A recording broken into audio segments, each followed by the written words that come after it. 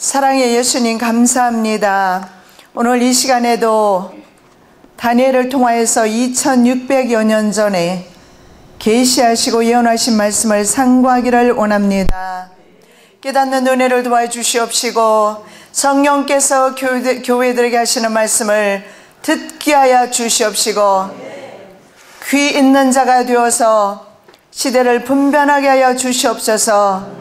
오늘도 마치는 시간까지 성령 하나님 동행하여 주시옵소서. 감사하며 예수 그리스도 이름으로 기도드립니다. 아멘.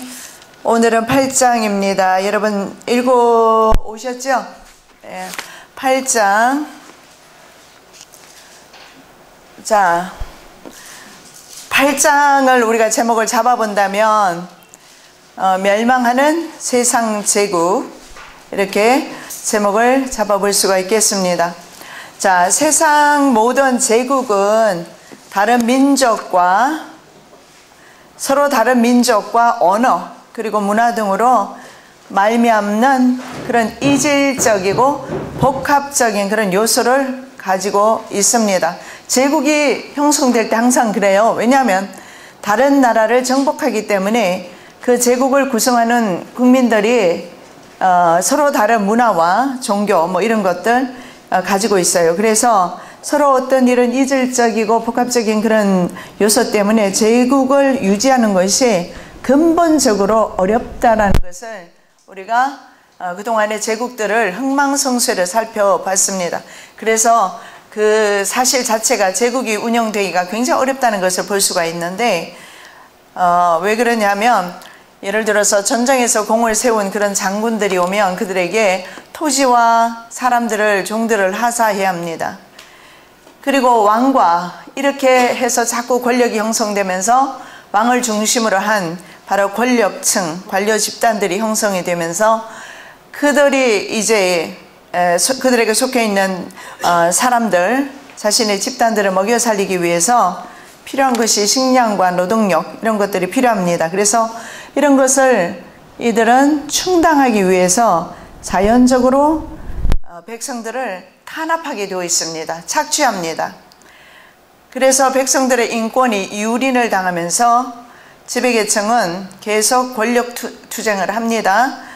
백성들은 인권이 유린을 당하고 그래서 나라가 나중에는 백성들이 원망이 쌓이고 그리고 자기네들끼리는 권력 투쟁이 일어나고 이러면서 그 제국의 힘이 상실됩니다.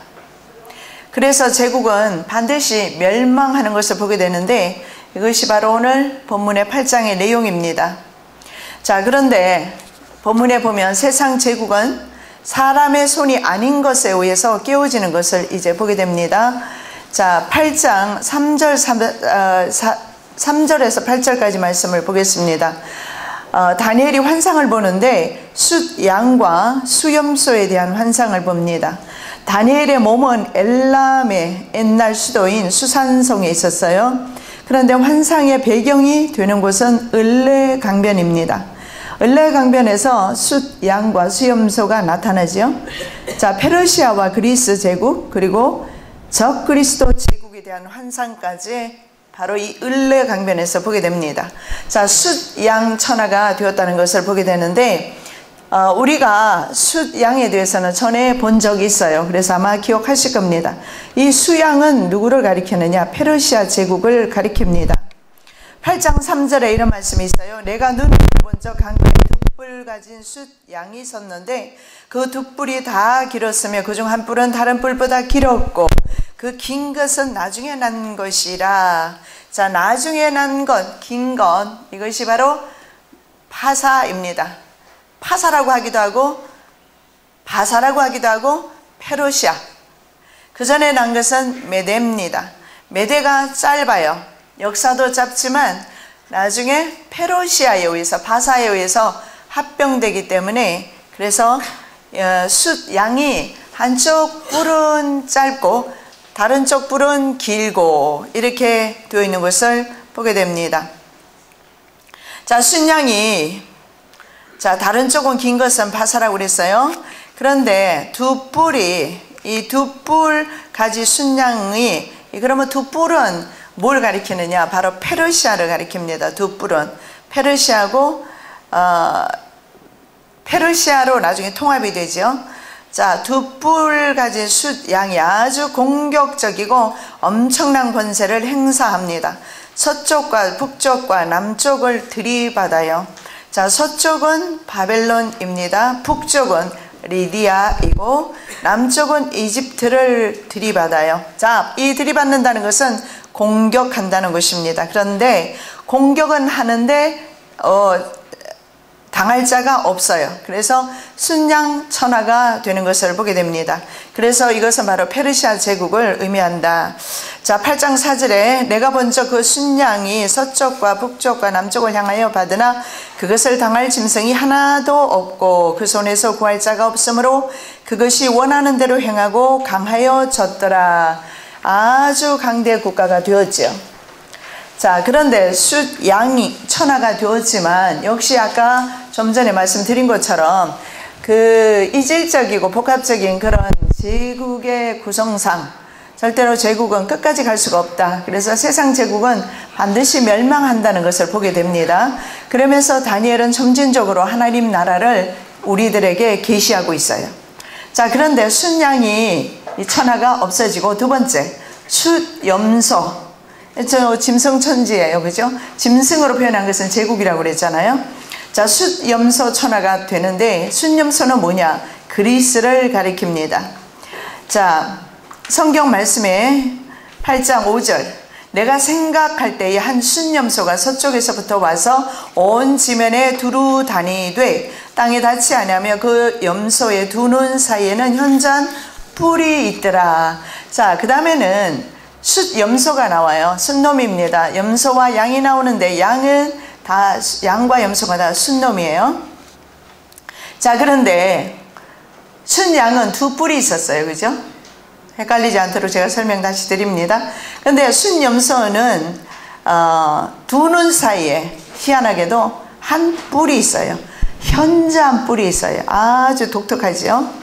이 현저한 뿔은 바로 알렉산더를 가리킵니다. 자, 또 다른 환상이 보이는데 한 숫염소, 헬라지어 서쪽 지중해 지역에서 시작해서 온 지면 유럽부터 인도까지, 페르시아는 물론이고 인도까지 이제 두루 다니는데 그 발이 땅에 닿지 않는다 이렇게 말했어요.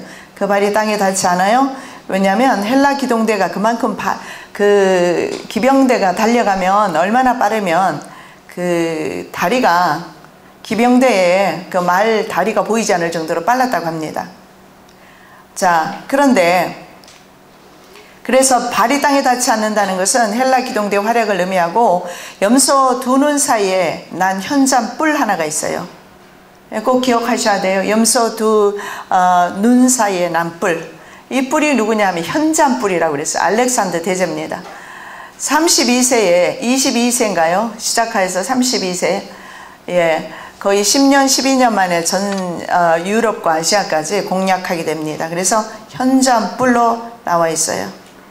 자, 이 현저한 뿔 하나가 알렉산더 대제가 두 뿔 가진 숫양. 자, 두 뿔 가진 숫양은 바로 페르시아를 가리킵니다. 그리고 두 뿔 가진 숫양에게로 달려가서 그 두 뿔을 꺾어버렸어요. 페르시아의 멸망이죠. 그리고 이 두 뿔 가진 숫양은 마지막 왕이 되겠습니다. 다리우스 3세입니다. 다리오 3세라고 볼 수도 있어요. 성경에는 다리오 이렇게 말해요. 그러나 원래는 다리우스 3세. 자, 그런데 숫양이 이제 숫양을 공격을 합니다. 수염소가. 그래서 두 뿔을 꺾어버렸어요. 두 뿔을 꺾었다고 그랬어요. 그래서 페르시아가 멸망했다는 것을 말합니다. 그래서 숫양이 지배하던 지역은 다시금 숫 염소에게로 넘어가고 숫 염소 천하가 된 것을 보게 됩니다. 염소판이에요. 그죠? 양과 염소판이에요. 이게 바로 세상 제국의 모습이에요. 아무것도 아닌 건데 사실은 그 권력이나 힘이 서로 힘자랑하는 겁니다. 이렇게 짐승들이. 자, 그 다음에 우리가 세 번째로 볼 것은 4대 강대국이 출현합니다. 4대 강대국. 그런데 한 뿔이 꺾이는 모습을 환상 가운데 봅니다. 숫염소를 말하죠. 양이 아니고 염소입니다. 순염소의 두 눈 사이에 있는 한 뿔이 꺾여버리는 것은 알렉산더 대제가 죽는다는 걸 말합니다. 대신에 또 다른 현자한 뿔 4개가 나와요.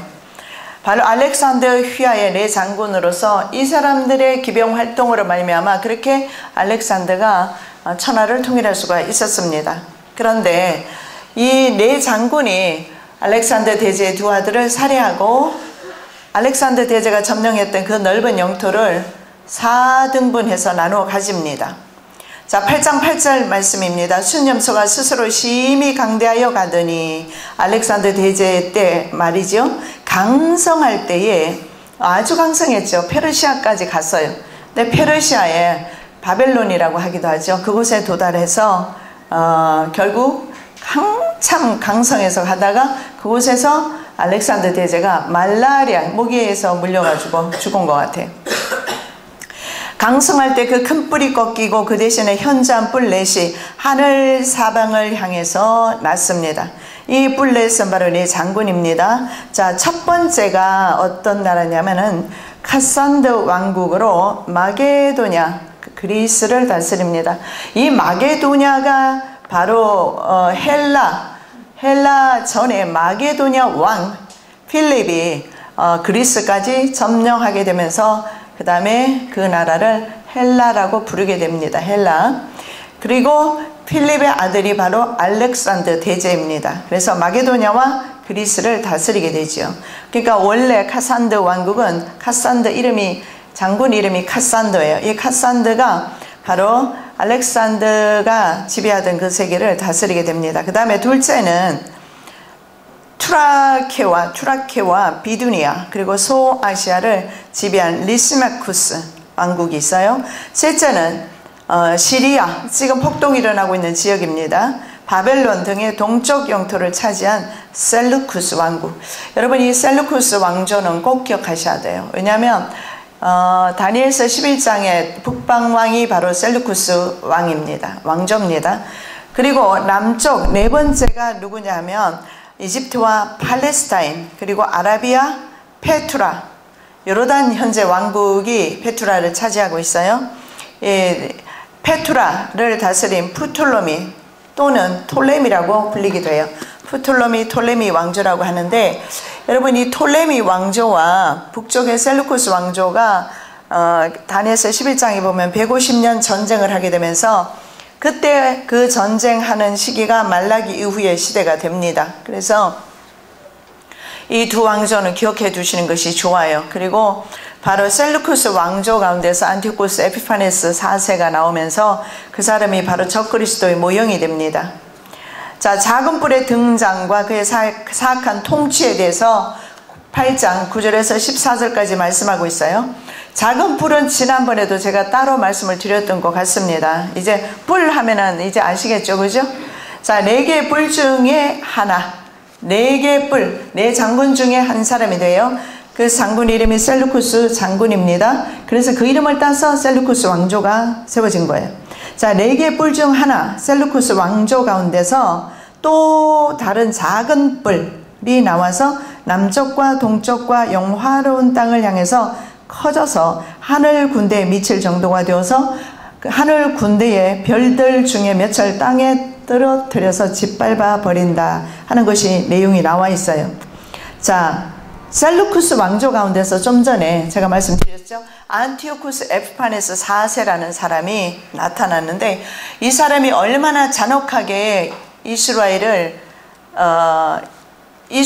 망하게 했던지 이 사람을 따라갈 만한 사람이 없어요. 그래서 이 사람은 전형적인 적그리스도의 모형으로 봅니다.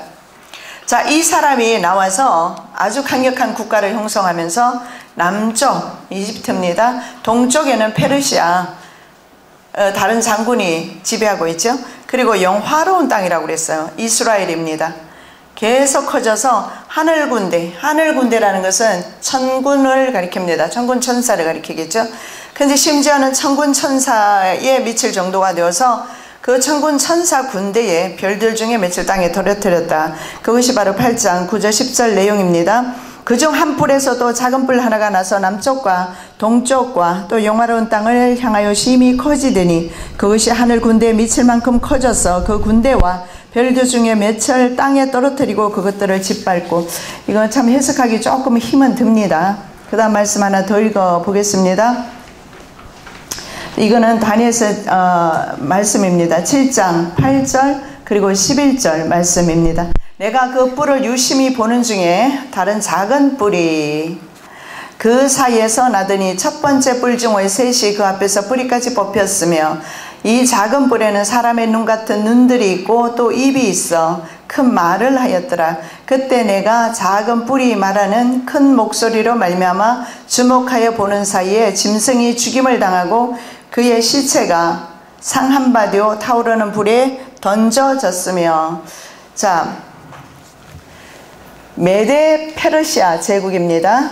메데 페르시아, 메데와 바사 중에 나중에 페르시아가 커지면서 페르시아, 그리고 그 다음에 나오는 나라가 그리스 제국입니다. 여러분 굉장히 좀 복잡은 한데요, 쉽습니다. 이거 뭐 이해만 하면. 바로 바벨론이 다니엘서 7장에서는 사자로 나오죠. 그리고 그 다음에 페르시아가 곰으로 나오고 그 다음에 나오는 것이 헬라, 표범, 마지막 7머리 열불짐승이다. 그리고 다니엘서 2장의 금신상에서는 바벨론이 금입니다. 그리고 페르시아가 은이에요. 헬라는 동, 그리고 로마는 철, 이런 식으로 내려가는 것을 보게 됩니다. 같은 내용이에요. 그리고 그 중에서 특히 순양은 페르시아, 순염소는 그리스. 이해가 되죠? 자, 안티오코스 에피파네스 4세가 다스렸는데 BC 175년부터 164년까지 시리아를 다스렸습니다. 지금 폭동이 일어나고 있는 꼭 그 지역은 아니지만 그 지역을 중심으로 그 전체를 다 다스린 것으로 다스렸어요. 시리아를 다스린 왕으로 셀루쿠스 왕조 중에 8대 왕이 안티오코스 에피파네스 4세입니다. 자, 이 사람은 재위기간 내내 약탈 전쟁을 합니다. 특히 남방왕, 아까 제가 말씀드렸던 것처럼 톨레미 왕조와 150년간 전쟁을 수행합니다. 그것이 바로 11장 내용이라고 그랬죠. 자, 이 전쟁 중에 영화로운 땅 이스라엘은 남방왕 이집트와 북방왕 시리아. 자, 남방왕은 뭡니까? 톨레미 왕조, 북방왕은 셀루쿠스 왕조. 자, 그 싸움에서 이스라엘 땅은 샌드위치가 돼요. 왜냐하면 반드시 통과해야 될 때 이스라엘 땅을 통과하게 되어 있어요. 이스라엘 땅은 길게 되어 있거든요.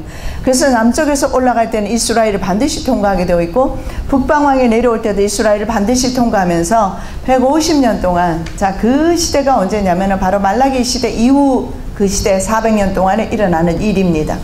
하나님의 말씀이 더 이상 없고, 예언자의 예언이 없고, 선지자의 선지 활동이 없는 시대가 바로 말라기 이후입니다. 400년 동안. 그 시대에 바로 이런 다니엘서 11장에서 일어나는 폭동 같은 것들이 일어나면서 이 시대에 이들은 그 국가를 잃어버린 채 항쟁하는 방식으로 이스라엘은 생존했던 것을 보게 됩니다. 자, 그런데 여기에서, 자, 그렇다면 여기에서 말하는 하늘 군대를 떨어뜨렸다. 하늘 군대.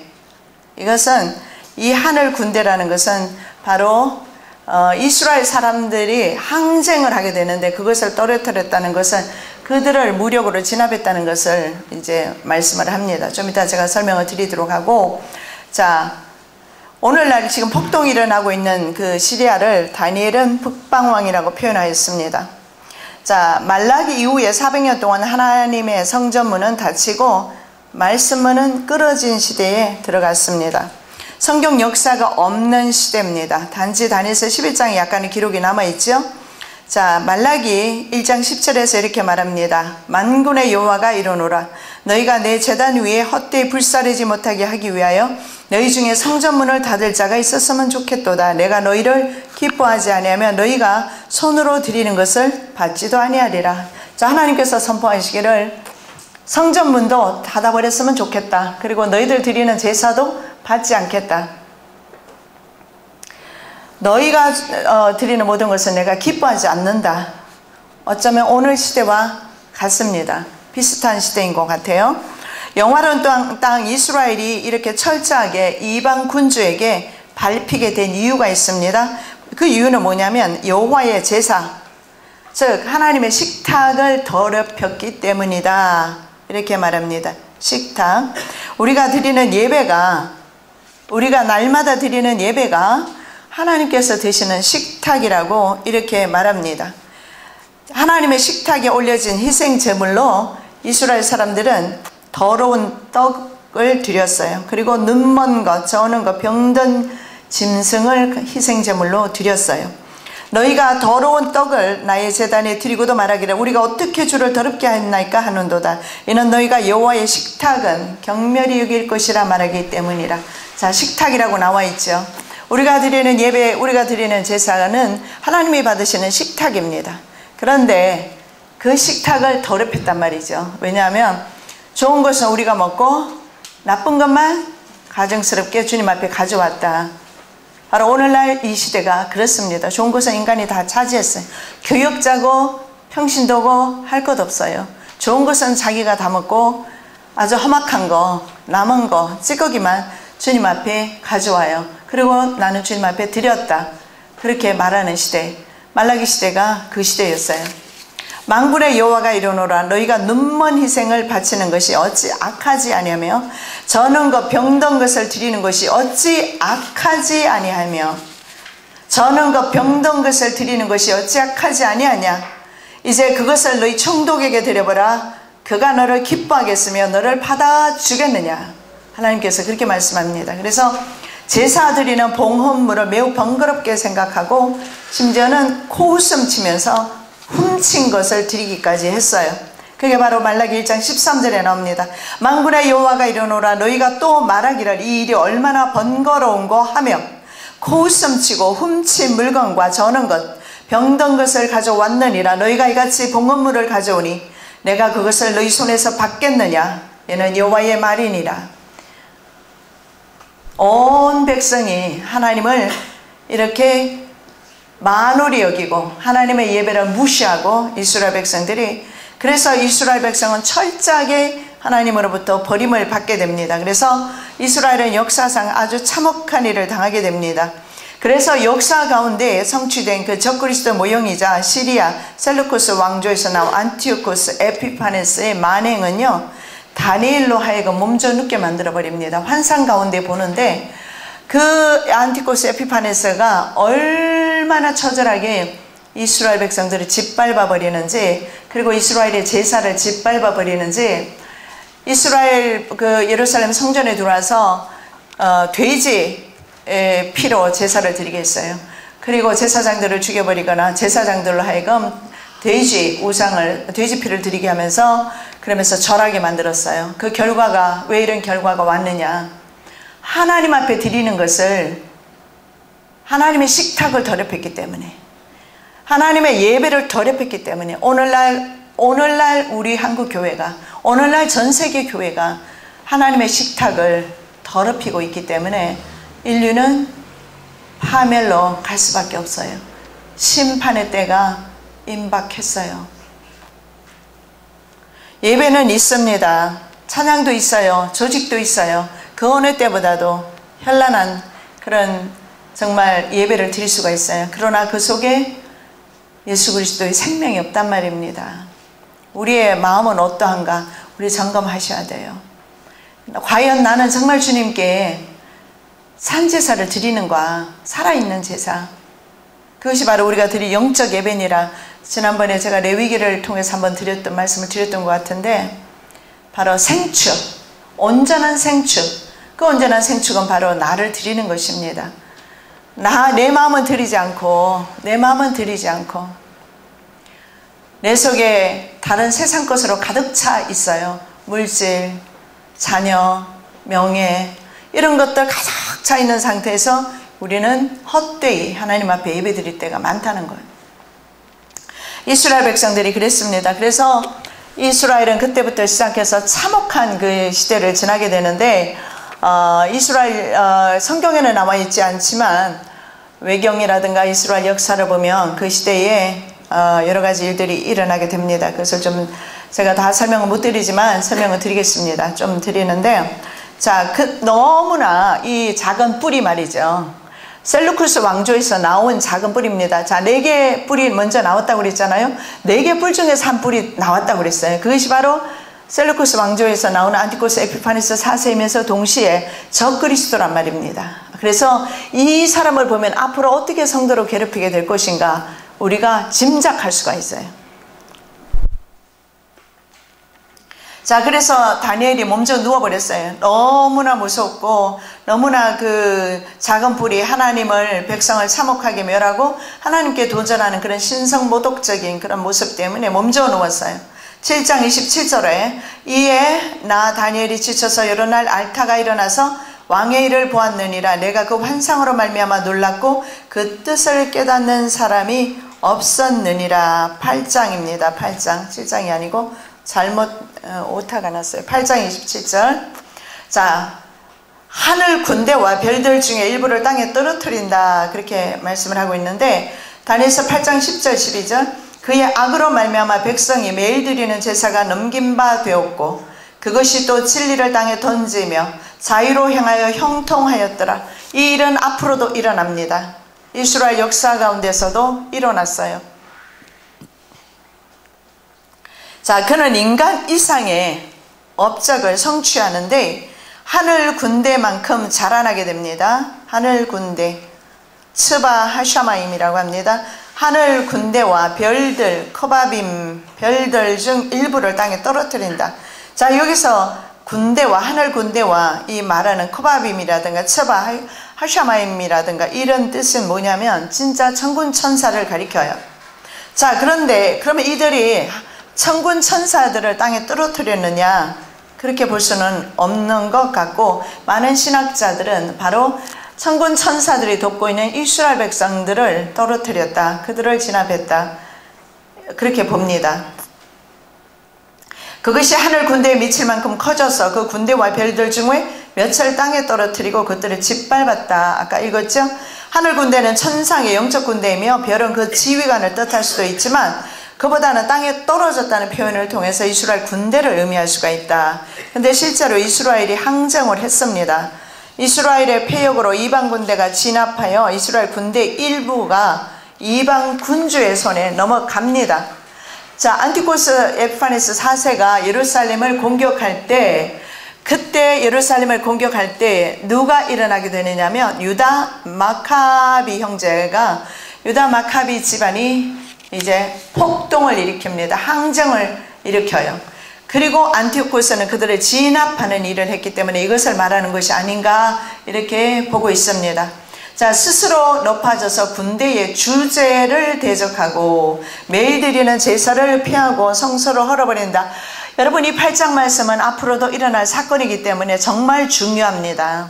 자, 이들이 앞으로 어떤 일을 할 것인가 알 수가 있어요.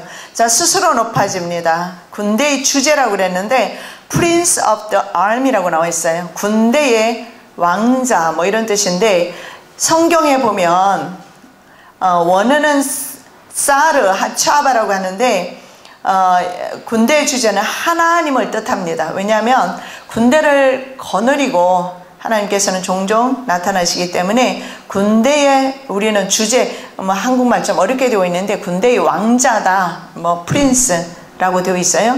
왕자다. 그래서 그 군대의 왕자는, 왕은 하나님을 뜻합니다. 그리고 하나님은 종종 하늘의 천군 천사를 부리십니다. 그 부리는 내용은 많이 나와 있지만 지면상 그냥 안 적었어요. 그리고 제사를 피하고 성소를 헐어버립니다.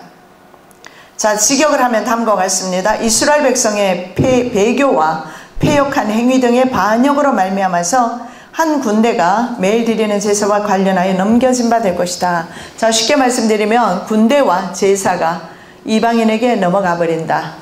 그래서 바로 안티코스 에피파네스 4세는 성전에 들어가서 성전 예배를 자기가 주장을 합니다. 그리고 돼지풀로 제사하게 하고 자기에게 절하게 하고 절하지 아니하는 사람은 잡아 죽이고, 그러면서 유다 마카비 가문이 일어나기 시작하면서 이들은 산으로 도망갔어요. 왜냐하면 그 안티코스 에피파네스 군인들을 다 죽여버렸어요. 죽이고 그들은 다 산으로 도망을 갑니다. 그러면서 오랫동안 항쟁을 하는데, 그러나 이들도 나중에는 잡혀서 죽일 때 아주 참혹하게 죽임을 당하는 것을 보게 됩니다. 그래서 이런 것을 다니엘이 환상 가운데 본 것입니다. 자, 그 다음에 조금 어려운데, 자, 제사가 없어지는 기간은 2300주야가 될 것이다. 성경에서 이렇게 말합니다.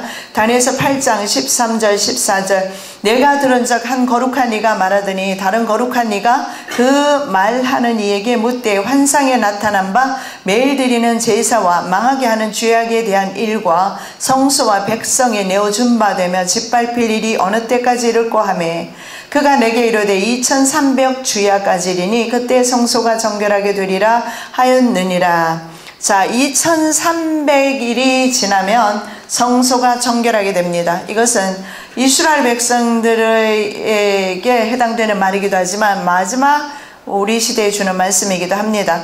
자, 성도에 대한 작은 뿌리 압제가 7장에 보면 3년 반으로 나와 있어요. 후 3년 반입니다. 성경에 보면 한때, 두때, 반때로 그렇게 나와 있어요. 자, 그런데 8장에서는 그 압제가 2300주야가 될 것이다. 자, 쉽게 말씀드리면 바로 적그리스도가 통치하는 기간이, 그리고 성도가 핍박을 받는 기간이 2300주야가 될 것이다. 자, 이렇게 말하는데 7장에서는 분명히 3년 반, 그럼 2300주야는 3년 반이 아니거든요. 1260일, 1260일 더하기 30일을 하면 2550일, 거기에서 250일을 빼면 2330주야가 나옵니다. 그건 좀 이따 설명드리고요. 자, 7장에 보면 25절에 이렇게 말합니다. 그가 장차 지극히 높으신 이를 말로 대적하며 또 지극히 높으신 이의 성도를 괴롭게 할 것이며 그가 또 때와 법을 고치고자 할 것이며 성도들은 그의 손에 붙임받으오 한때 1년입니다. 두 때와 2년입니다. 반때 6개월을 지낼 것이다. 자, 그렇다면 7년 중에 후 3년 반을 가리키어서 보통 이때를 대환난이라고 표현하기도 하지만 7년을 전체를 대환난이라고 보는 경우도 있어요. 보통은 7년 대환난이라고 이렇게 표현을 합니다. 왜냐하면 7년 대환난이 시작되면 여러 가지 어려움이 많기 때문에 그렇습니다. 자, 2300주야를 좀 설명을 다시 드릴게요. 성소와 백성이 짓밟히는 기간이 2300. 자, 성도들이 핍박받는 기간이 2300일이다. 이렇게 이해하시면 쉽겠습니다. 자, 그 시점이 언제냐면 7년 환란 30일 전부터 시작해서 7년이 끝나는 지점까지다. 이렇게 보시면 돼요. 자, 성경에 보면 30일이 나오고 45일이 따로 나옵니다. 30일은 성전 청결 기간으로 저희 친정아버님은 그렇게 보셨어요. 성전 청결 기간. 45일은 7년 대환난 후에 천년 왕국 들어가니까 왕국 조직 기간 뭐 이런 식으로 상징적으로, 그러나 아무도 그건 기간을 알 수가 없어요. 그러나 2300을 계산을 해보려면 어떻게 계산을 하면, 다음에 계산해 놓은 거 보시면 1260일 더하기 1260일 더하기 30일 하면 2550일이 나옵니다. 자, 그렇다면 2550일 중에서 250일을 빼면 2300 됩니다. 2300. 도표를 한번 보십시오. 7년 대환난이 있습니다. 그 도표가 보시면 1260일, 요것이 도표에 보면 앞에 1260일이 전 3년 반이 돼요. 그 다음에 두 번째 1260일 나오지요. 그것이 후 3년 반이 됩니다. 이것을 합치면 바로 2520일이 됩니다. 2520일. 2520일. 그런데 2520일인데도 2300은 숫자가 나오지가 않아요. 그런데 앞에 30일을 더하면 2550일입니다. 자, 2550일 중에서 2300주야를 한번 빼보세요. 반대로 2550일 중에서, 자, 2550이 뭐라고요? 30 더하기 1260 더하기 1260. 7년을 상징합니다. 7년 가운데 30일이 더 붙은 거예요. 이것이 바로 계산을 하면 2550일이 됩니다. 자, 2550 중에서 2300주야를 한번 빼봤습니다. 2300주야를 빼보니까 250일이 남아요. 그러면 250일 전까지는 환난과 핍박이 없어요. 자, 250일째 첫 제사를 드리게 됩니다. 첫 제사 250일째 첫 제사를 드려요. 자, 250일째 첫 제사를 드리고 1260일이 지난 중간 지점, 7년 대의 환난 중에 중간 지점이 되면 제사와 예물이 금지돼요. 후 3년 반 시작되기 전에 제사와 예물이 금지됩니다. 처음에 7년 환난 전에는요, 적그리스도가 성전 제사를 허락하고 이스라엘은 그와 동맹을 맺게 됩니다. 그러나 살아있는 동물을 잡아 죽이는 것을 반대하는 전세계 동물 애호가들에 의해서 반대에 부딪히면서 그것을 핑계 삼아서 살아있는 생축으로 제사 드리는 것을 못 드리게 한답니다. 많은 전문가들이 그렇게 말하고 있어요. 자, 그런데 실제로 이렇게 성전 제사를 후 3년 반 직전에 제사를 못 드리게 해요. 7년 대의 환난 중에서 딱 중간입니다. 제사를 못 드리게 하고 그때 자기 몸을 제3성전에 보이면서 전 세계 사람들에게 하나님을 더 이상 예배하지 못하게 하고 자신을 예배하도록 전 세계 사람들에게 명령을 내립니다. 위성을 통해서 전 세계 치입을 받은 사람들에게 오다를 내리게 됩니다. 그러면 전 세계에 있는 사람들은 그에게 자동으로 절하게 되어 있어요. 자, 그래서 그 동물 희생 제사는 예수 그리스도께서 이 땅 위에 오실 때까지 영원히 못 드리게 됩니다. 자, 그렇다면 그래도 전 3년 반에는 제사와 예물을 드리지 않겠습니까? 물론 드립니다. 그러나 여기에서 우리가 쉽게 이야기할 수 있는 것은 뭐냐 하면, 여러분 2300주야를 그냥 7년 대환난으로 보시기 바랍니다. 그때가 되면 예배를 드리기가, 제사를 드리기가 어렵습니다. 그래서 2300주야를 꼭 우리가 계산하지 못하더라도 중요한 것은 바로 7년 대환난을 여기서 말합니다. 7년 대환난. 그리고 실제로 안티오코스 에피파네스가 통치하는 기간 동안에 이스라엘 사람들은 제사를 못 드렸어요. 산으로 도망갔어요. 그리고 항쟁했습니다. 이 말씀이 어디 나오느냐면 다니엘서 9장 27절에 나와 있어요. 그가 장차 많은 사람들과 더불어 한 일해 동안, 한 일해는 7년입니다. 동안에 언약을 굳게, 여기에는 계약으로 나와 있어요. 프라미스가 아니고 커비넌트입니다. 언약을 굳게 맺고, 아까 그랬잖아요. 적그리스도와 이스라엘이 동맹을 맺습니다. 제사를 드려도 좋다는 조건으로. 왜냐하면 지금 전 세계가 제사를 못 드리게 하고 있어요. 이스라엘이 제사를 드리기는 순간에 세계 전쟁이 일어나기 때문에. 그러나 적그리스도가 제사 드려도 좋다, 그 조건을 하는 겁니다. 자, 그걸 다니엘서 9장 27절이 말합니다. 그가 장차 많은 사람들과 더불어 한 일해 동안의 언약을 굳게 정하겠고, 한 일해 동안의 언약, 7년의 언약을, 계약을 굳게 맺고 동맹을 맺는다 이 말이죠. 동맹. 그래서 제가 늘 말씀드렸지만 이스라엘이 누구와 동맹을 맺는가 보시면 돼요. 적그리스도가 될지 팔레스타인 아랍 민족이 될지 그건 몰라요. 중요한 것은 지금까지는 이스라엘이 적대 세력과 동맹을 맺은 적이 없어요. 팔레스타인과 몇 번 동맹 맺을 뻔했는데 깨졌어요. 아마 그때 동맹을 맺었더라면 대환란 들어갔을 겁니다. 왜냐하면 이건 제 말이 아니라 지금 다니엘서 9장 27절에서 7년에 대한 언약, 계약을 굳게, 여기에서 언약이라는 것은 언약으로 되어 있지만 언약이 아닙니다. 계약입니다. 국가 간의 동맹을 말해요. 그래서 이스라엘이 반드시 누군가 동맹을 맺고 이스라엘의 동물 제사가, 첫 제사가 드려지면 이거는 벌써 250일이 되었다.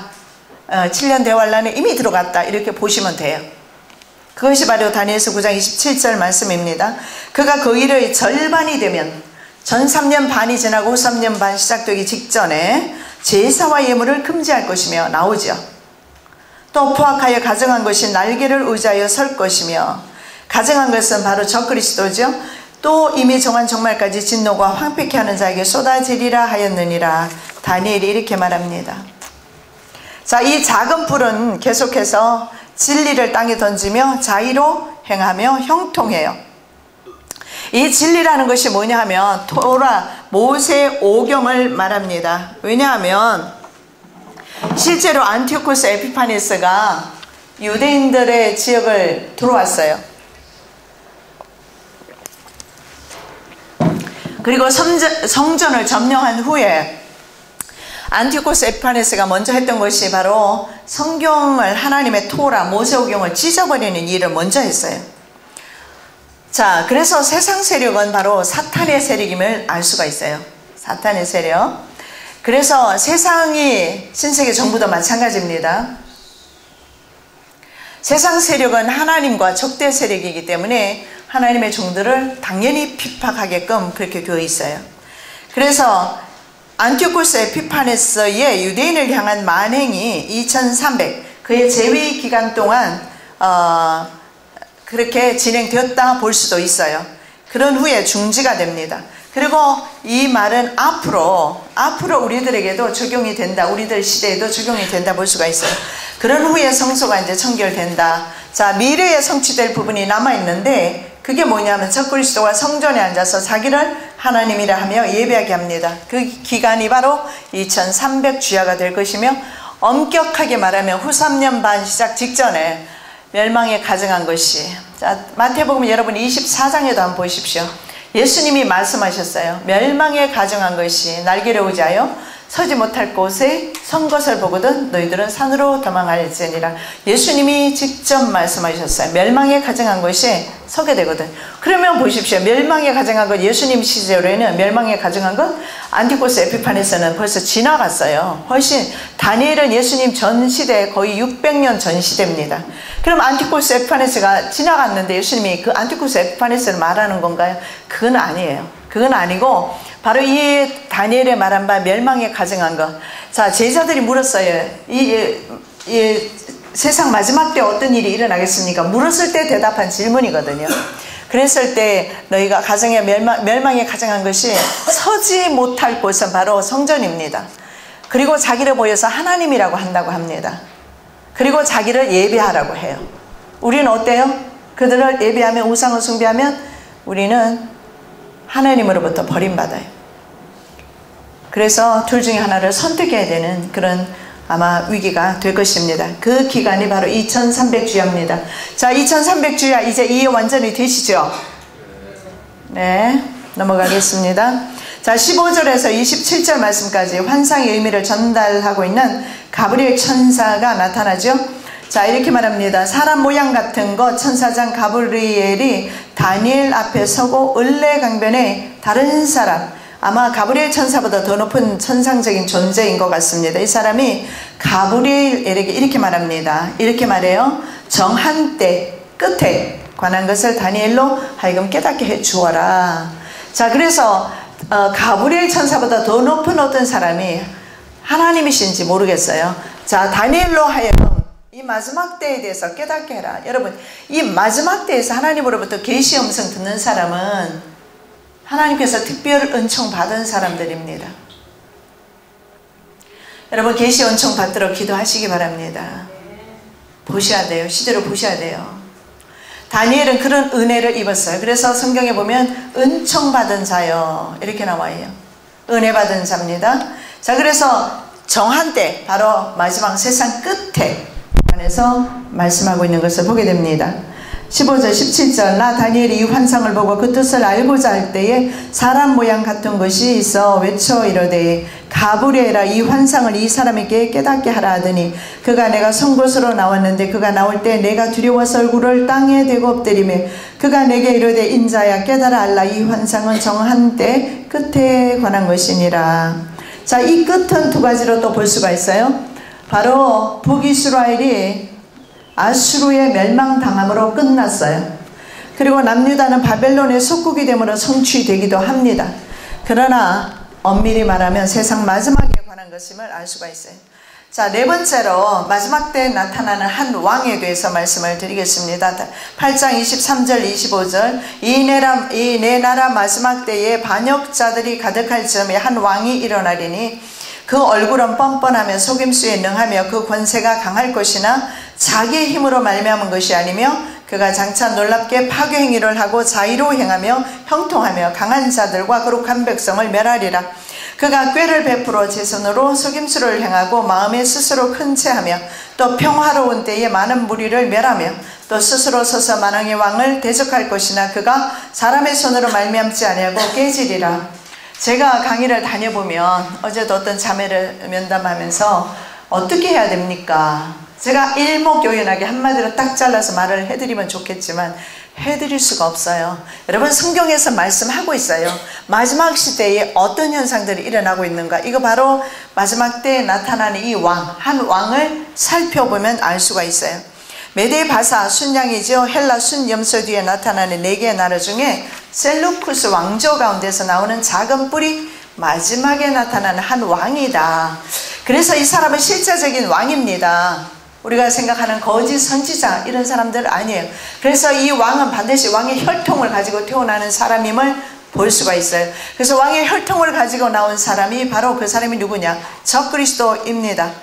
가브리엘 밝히는 순양과 순염소를 메데 페르시아 제국, 그리스 제국의 왕들이라고 복수를 사용합니다.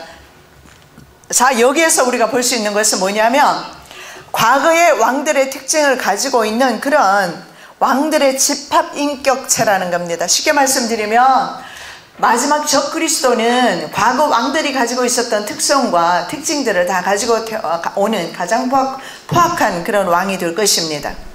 8장 20절 내가 본 바 두 뿔가지 순양은 메데와 바사 왕들이라고 그랬죠. 이런 왕들의 모든 특징을 가지고 있다. 종말 시대에 나타날 적그리스도까지 포함되는 것을 봅니다. 왜냐하면 반역자들이 가득할 쯤에 나타나는 한 왕이라고 합니다. 여러분, 이 반역자들이 옛날 성경에는 패역자라고 나와 있어요. 자, 반역자나 패역자는 투표로 이제 정권을 차지하는 사람들을 가리킵니다. 아마 대통령들을 가리키는 것이 아닌가 저는 그렇게 생각하고, 그런데 따로 성경은 한 왕으로 표현하는 것으로 봐서 왕족 가운데서 나오게 되는 적그리스도이다, 이렇게 저는 보고 있습니다.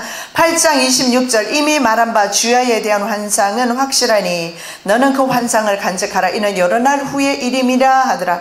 자, 여기서 분명히 말합니다. 환상은 확실하다. 환상을 간직해라. 여러 날 후에 일어나게 될 것이다. 여러 날 후에, 바로 종말의 때에 이루어지게 될 것이며, 그래서 다니엘의 말씀이나 예수님의 말씀을 보면 처음에 예수님도 이스라엘의 멸망에 대해서 말합니다. 예루살렘 도성을 바라보면서 나를 위하여 울지 말고 너희 자녀를 위하여 울라. 예루살렘 도성이 멸망할 때 돌 위에 돌 하나도 켜놓이지 아니할 것이다. 왜냐하면 제사장들이 금을 돌 사이에 숨겨놨기 때문에 그 사실을 정보를 알고 있는 로마 군병들이 돌 하나 돌 위에 켜놓이지 않도록 다 해쳐버렸어요. 완전히 이스라엘 성전이 폐망을 하게 됩니다. 그래서 예수님께서 말씀을 하셨어요. 그러면서 AD 70년에 예루살렘이 완전히 멸망합니다. 그러면서 예수님께서 확대해서 이 세상 종말에 마지막 때에 대해서 제자들이 묻는 질문에 대해서 말씀을 하고 있어요. 자, 마태복음 24장 3절입니다. 예수께서 감람산 위에 앉으셨을 때에 제자들이 조용히 와서 이르되 우리에게 이르소서 어느 때에 이런 일이 있겠사오며 또 주의 임하심과 세상 끝에는 무슨 징조가 있사오리까? 자, 묻지요? 여기에 예수님 강림하실 때 세상 종말이죠. 그때 무슨 일이 있겠습니까? 자, 예수님께서 이렇게 답하십니다. 21절입니다. 마태복음 24장 21절 이는 그때 큰 환난이 있겠음이라. 창세로부터 지금까지 이런 환난이 없었고 후에도 없으리라. 대환난이 있겠다. 자, 이스라엘의 죄악으로 인해서 하나님의 영광이 떠난 성전은 더 이상 안전한 곳이 아니기 때문에 예수님은 그 다음 말씀에 너희는 산으로 도망해라. 과거의 이스라엘 사람들은 성전은 안전하다 생각했어요. 그러나 주님께서는 성전을, 자신의 몸인 성전을 파괴하기로 마음을 먹었어요. 왜냐하면 하나님의 성전이 더 이상 더러워졌기 때문에, 너무나 탐욕과 죄악으로 가득 차 넘치기 때문에 주님의 성전이 될 수가 없어요. 그래서 파괴하기로 하는 것입니다. 그래서 예루살렘 성전은 AD 70년에 또 헤롯 성전은 파괴됩니다. 자, 이 왕은요, 첫 번째로 우리가 살펴볼 것은 얼굴이 뻔뻔하고 속임수에 능하다, 그렇게 나와 있어요, 성경에.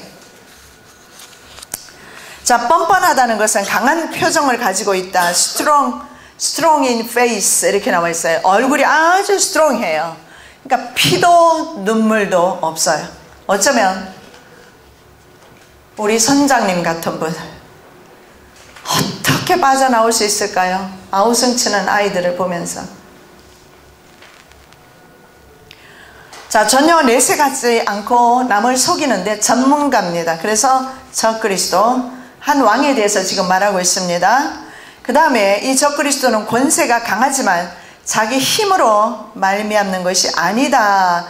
이것도 다 성경에 일일이 인용하지는 않았어요. 스가랴 말씀에도 나오고 투표로 될 것임을 말하고 있어요. 7대3 투표로 세계의 왕이 될 것입니다.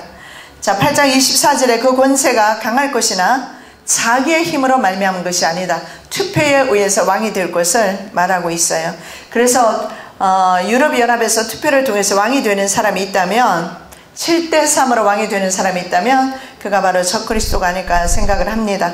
자, 강한 자들과 거룩한 백성을 멸한다. 여러분, 이 강한 자들은 지금까지 그래왔던 것처럼 전 세계 정치 리더들을 다 복속을 시켰어요. 전 세계 정치 리더를 군사 쿠데타나 아니면 폭동이나 전쟁을 통해서 지금까지 복속을 시켰고, 어떤 나라들은 아시아 같은 경우에는 경제 몰락을 유도해서 경제 복속국이 되어버리면서 힘을 못 쓰게 만들었어요. 결국은 전 세계 사람들을 돈의 노예로 만들었어요. 경제 노예죠. 신종 노예입니다. 경제 노예로 만들었어요. 자, 강한 자들과 거룩한 백성은, 강한 자들은 그런 사람들이고, 그래서 이스라엘을 완전히 멸망을 시켰어요. 거룩한 백성은 누구냐면 바로 아까 말씀드렸던 유다 마카비와 그의 형제들, 저항하는 기간 동안 이 수많은 있잖아요, 저항하는 세력들이 이들에 의해서 죽임을 당했어요. 그게 보면 다니엘서 11장 33절에 나와 있습니다. 백성 중에 지혜로운 자들이 많은 사람을 가르칠 것이나 그들이 칼날과 불꽃과 사로잡힘과 약탈을 당하여 여러 날 동안 몰락하리라. 여러분, 백성 중에 지혜로운 자, 이 지혜로운 자가 누구냐면 바로 유다 마카비와 같은 사람들이 일어나서 많은 사람을 리더했어요. 국가가 없어졌으니까 누군가 일어나잖아요. 그런데 그들이 칼날과 불꽃과 사로잡힘과 약탈을 당했다. 여러 날 몰락하리라. 그리고 400년 동안 이들은 힘을 잃고 있다가 나중에 로마의 속국 체제 속에서지만 섭정왕으로 헤롯 대왕도 나오고 하는데, 헤롯은 사실은 그 에서의 후손입니다. 에서의 후손이라고 어제 제가 말씀을 드렸는데, 에서의 후손이었던 바로 이두메인이었어요. 이두메 사람 헤롯이, 이두메 지역의 에서의 후손들이 살았어요. 에돔족이. 그때야말로 국가를 모습은 갖췄지만 그러나 속주 체제로, 로마의 속주 체제로 있었어요. 그때 예수님이 오셨어요. 자, 시대 말에는 짐승표를 받지 않고 순교하는 사람들을 가리킵니다. 이 칼날이 누구에게로 갈 것인가? 짐승표를 받지 아니하고 예수 그리스도에 대한 믿음과 하나님에 대한 계명을 지킨 그런 사람들, 바로 계시록 14장에 12절에 나오는 말씀이죠. 자, 계시록 20장 4절에 이렇게 말합니다. 또 내가 보좌들을 보니 거기에 앉은 자들이 있어 심판하는 권세를 받았더라. 또 내가 보니 예수를 증언함과 하나님의 말씀 때문에 목배임을 당한 자들의 영혼들과 또 짐승과 그의 우상에게 경배하지 아니하고 그들의 이마와 손에 그의 표를 받지 아니한 자들이 살아서 그리스도와 더불어 1000년 동안 왕노릇하니. 자, 여기에 보십시오. 예수를 증언함과 하나님의 말씀 때문에 목배임을 당한 자들이 계시록 20장 4절에 나와요. 계시록 14장 12절에도 보면은 예수 그리스도 끝까지 인내하러 갑니다. 인내가 어떻게 인내하냐? 예수에 대한 믿음 붙잡고, 주님에 대한 믿음 붙잡고, 주님에 대한 사랑만 있으면 돼요. 주님을 사랑하는 마음만 있으면 충분히 우리 할 수 있어요. 주님에 대한 사랑과 주님에 대한 믿음과 하나님의 말씀 붙잡고 인내하라, 그렇게 나와 있어요. 오늘 여기 계시록 20장 4절에도 예수를 증언함과 하나님의 말씀 때문에 목배임을, 바로 이 예언의 말씀, 오늘 우리에게 주시는 예언의 말씀 때문에 끝까지 우리가 주님을 부인하지 않는 겁니다. 그래서 그들이 바로 다니엘서 11장 33절에 말하는 백성 중에 지혜로운 자들이 아닐까 생각을 합니다. 자, 그 다음에 이 한 왕은요, 평화로운 때에 많은 무리를 멸한다 이렇게 나와 있어요.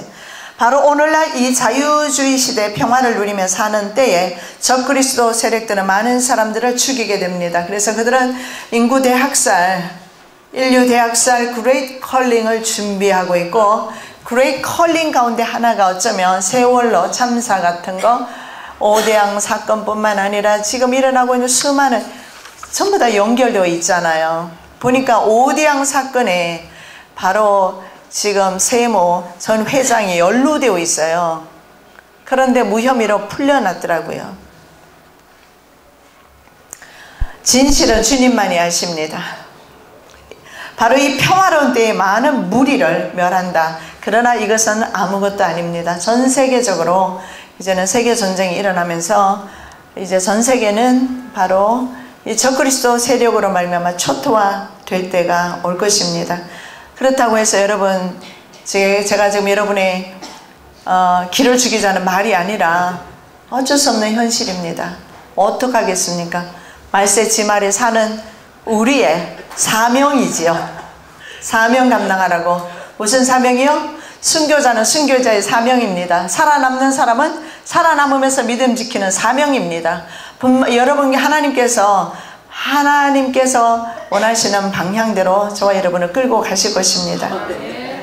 자, 만왕의 왕을 대적합니다. 이 무리는 시편 2편 1절 3절 말씀에 어찌하여 이방 나라들이 분노하며 민족들이 헛된 일을 꾸미는가. 세상의 군왕들이 났으며 관원들이 서로 꾀하여 여호와와 그의 기름 부음 받은 자를 대적하며 우리가 그들의 맨 것을 끊고 그의 결박을 벗어버리자 하는도다. 자, 보십시오. 이방 나라들이라고 그랬어요. 아까 그가 많은 사람들과 더불어 many strong leader들 이렇게 나와 있어요.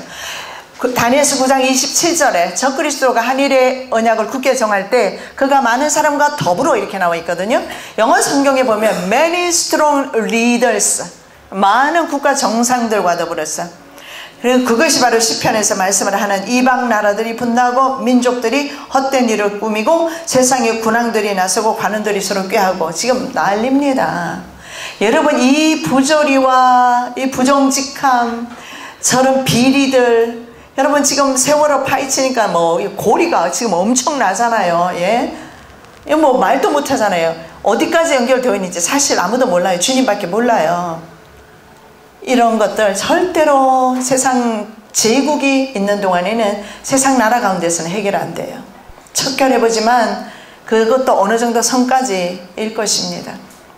하나님 나라가 오면, 도래하면 모든 것이 그때는 이 모든 죄악이 영속됩니다. 그것이 바로 다니엘서 9장 24절 말씀, 모든 죄악이 영속됩니다. 속해집니다. 그리고 예수 그리스도께서 통치하는 때 죄악이 용서받습니다. 자, 사람의 손이 아닌 것에 의해서, 자, 결론의 말씀 드립니다. 이 나라들은 반드시 깨어진다. 이 제국들은 반드시 깨어진다. 이 짐승들은 반드시 깨어진다. 이걸 말하고 있습니다.